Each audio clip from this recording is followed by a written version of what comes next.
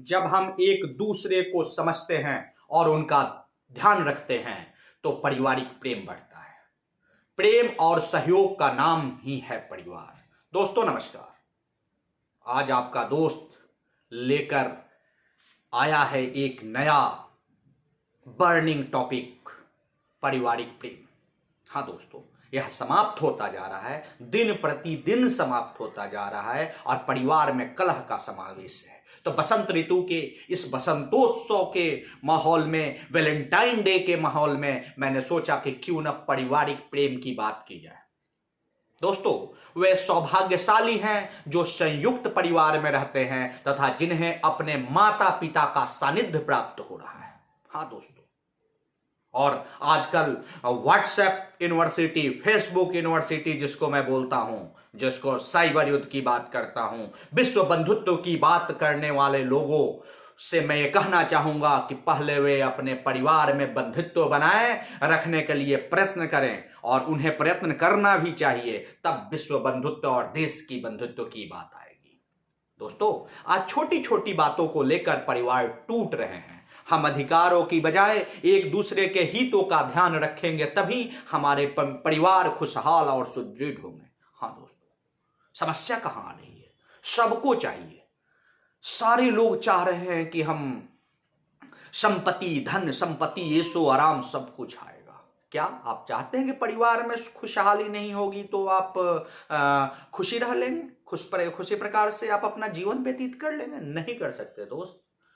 मैं आज की युवा पीढ़ी से मैं ये कहना चाहता हूं कि उन्हें ध्यान रखना चाहिए कि एक माता पिता आपका कितना ख्याल रख के आपको पाल पोस कर इतना बड़ा कर दिया है। हाँ दोस्तों, आप थोड़ा सा सोचिए अपने दिमाग पे।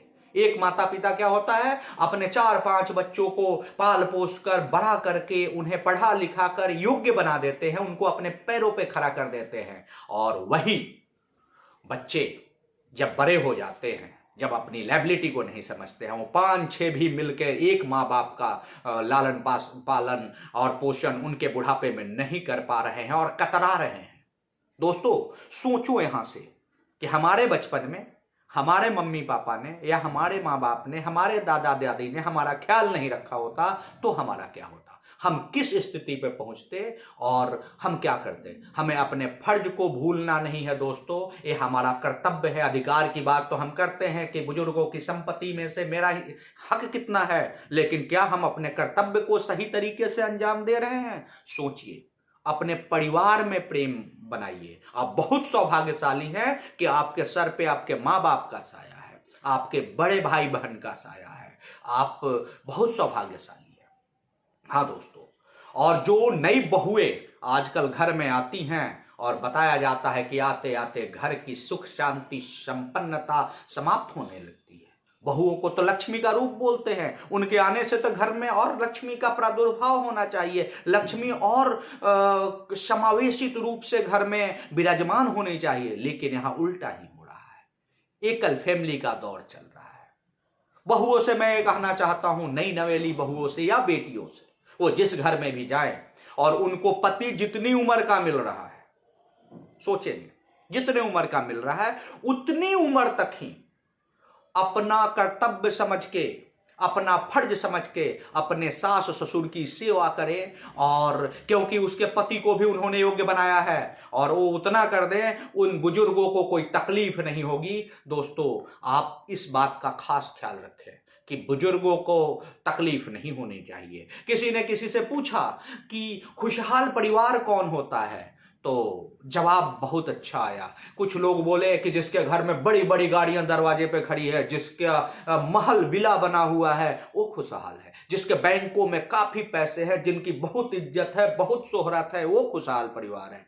तो एक सही जवाब आया, आप किसी के दरवाजे पे मुस्कुराते हुए बुजुर्ग, ठहाका लगाते हुए बुजुर्ग महिलाएं घर के अंदर से जब आवाज आए आपको, बुजुर्ग हमेशा मुस्कुराते रहे, खुश रहे, प्रसन्नचित्त रहे, वैसा जब आपको नजर आया तो आप समझिए कि यह परिवार सही मायने में सुखी, संपन्न और धनी है। हाँ दोस्तों, जहां बुजुर्ग खुश रहते हैं वहां देवताओं का वास होता है। यह सोचने की बात है दोस्तों। माता पिता का सेवा करना हमारा परम कर्तव्य और धर्म है। भाई बहन से प्यार करना अगर हम सीखेंगे, हम करेंगे, तो यही देख के हमारे बच्चे भी करेंगे। हमारे बच्चे जो होते हैं बिल्कुल कूड़े होते हैं, उनका दिमाग बिल्कुल खाली ब्लैक बोर्ड की तरह होता है और वो जैसा देखेंगे वैसा ही करेंगे। तो दोस्तों, सबसे पहले जरूरी है कि आप घर में पारिवारिक प्रेम, भाईचारा लेकर आए। और जब आप लाएंगे तो आप सोचते हैं कि जब आप उस स्टेज में पहुंचेंगे तो आप खुशी और प्रसन्न हैं कि आपके बच्चे भी वही सीखे होंगे, वही कार्रवाई करेंगे। कहते हैं ना कि हमारे विचार तथा कर्म ही हमारा परिचय देते हैं। दोस्तों, आपने ध्यान के साथ सुना, इस पे मनन कीजिएगा और इसको अपने जिंदगी में अपनाने की कोशिश कीजिएगा।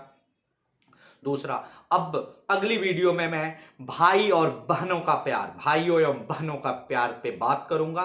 तो हमारे साथ बने रहिए, हमें सब्सक्राइब कीजिए, लाइक कीजिए, कमेंट कीजिए।